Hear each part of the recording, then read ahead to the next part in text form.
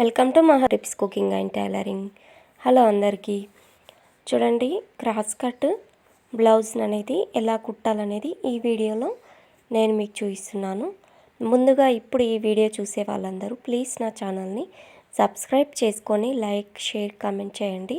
కొత్తగా blouse cutting, stitching నేర్చుకునే వాళ్ళకి నా వీడియోని షేర్ చేయండి.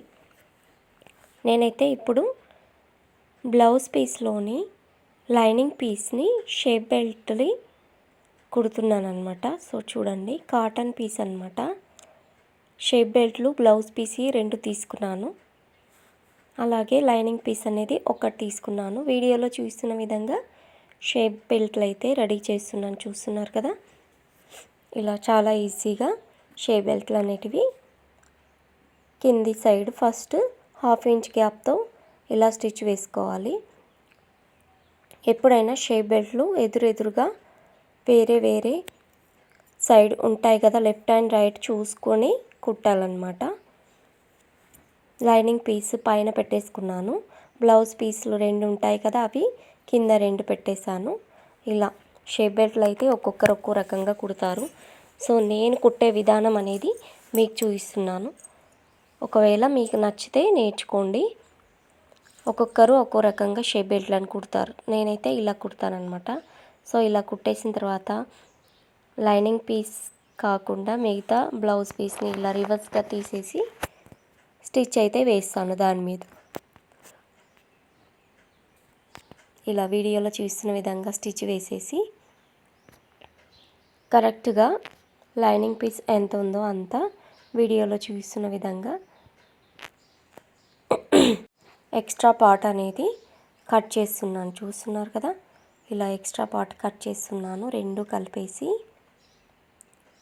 అలాగే ఈ 2 సైడ్స్ షేప్ బెల్ట్లను కూడా ఒకదాని మీద ఒకటి పెట్టేసి కరెక్ట్గా ఉన్నాయా లేదా అనేది చూసుకుంటున్నాను.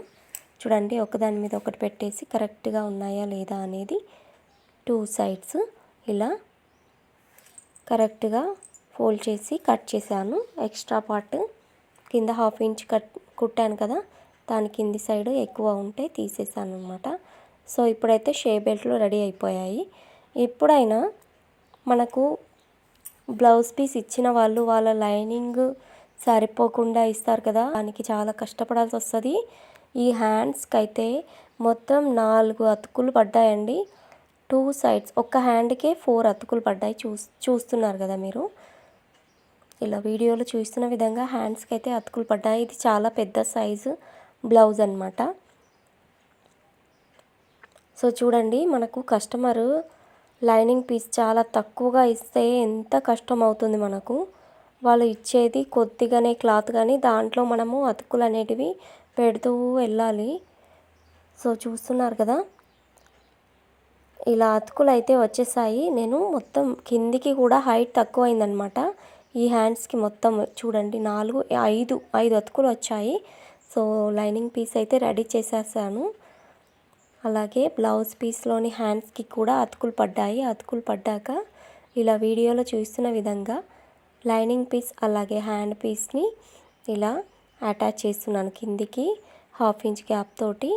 ఇలా ఫస్ట్ అయితే ఒక కుట్టు వేస్తున్నాను.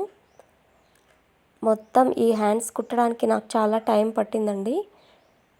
పెద్ద సైజు బ్లౌజ్ వాళ్ళు వాళ్ళ బ్లౌజ్కి లైనింగ్ పీస్ ఇస్తారు, కానీ వాళ్ళకి తెలుసు సరిపోదని. షేప్ బెల్ట్లకు కూడా వేరే క్లాత్ పెట్టాను.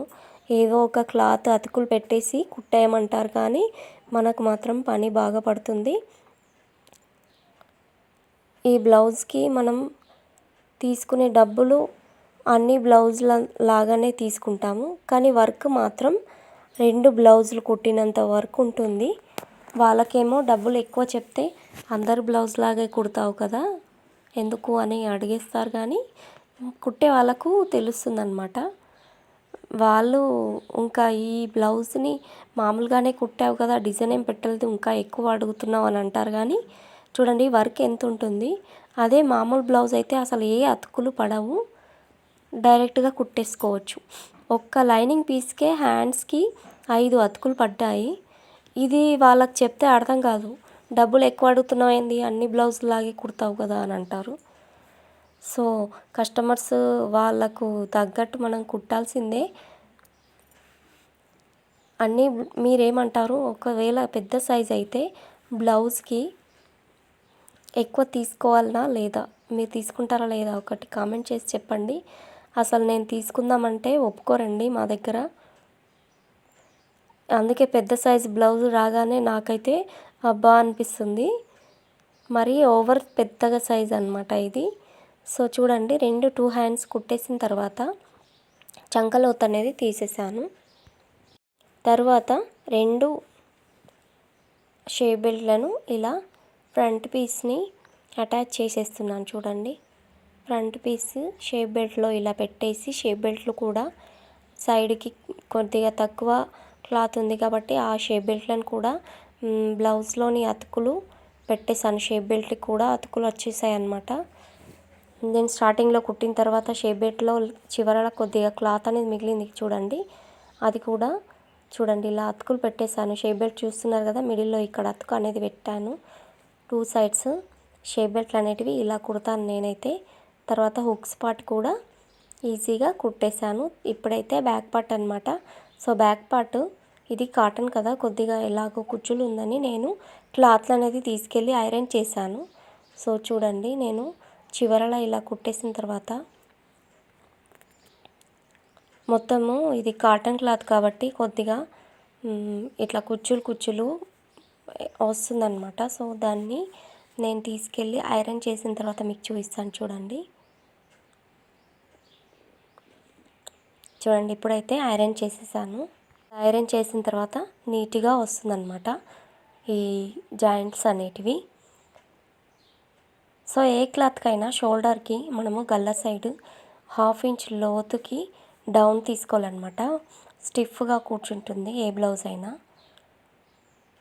చూడండి ఇలా సైడ్ జాయింట్లన్నీ blouse piece lining piece attach చేసేసి ఎక్స్ట్రా పార్ట్ కట్ చేసి, ఇప్పుడైతే చూడండి ఇలా కిందికి ఎంత మలవాలో చూసుకొని ఇలా కిందికి మలిచేసి బ్యాక్ టక్స్ అనేటివి ఇచ్చేస్తాను.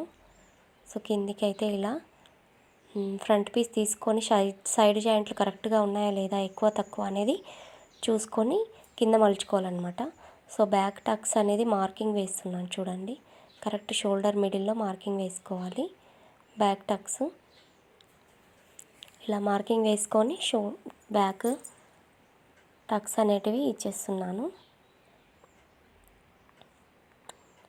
ఇలా వీడియోలో చూసిన విధంగా టక్స్ అయితే ఇచ్చేసాను. అలాగే ఈ గల్ల రౌండ్కి హెమ్మింగ్ అనేది చేయడానికి క్రాస్ పీస్ కట్ చేసుకొని పెట్టుకున్నాను అనమాట.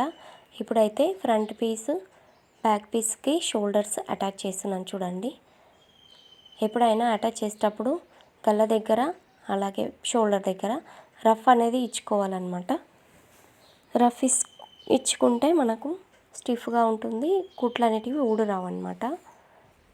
సో ఇలా రఫ్ ఇచ్చేసుకున్న తర్వాత ఇంకొక కుట్టు అనేది వేసుకోవాలి. చివరల కూడా ఒక కుట్టు వేస్తాను నేను. ఓవర్లాక్ అవసరం లేదనమాట. ఇలా చివర్లో వేస్తే మన్ని క్లాత్లు అనేటివి లేవకుండా ఉంటాయి.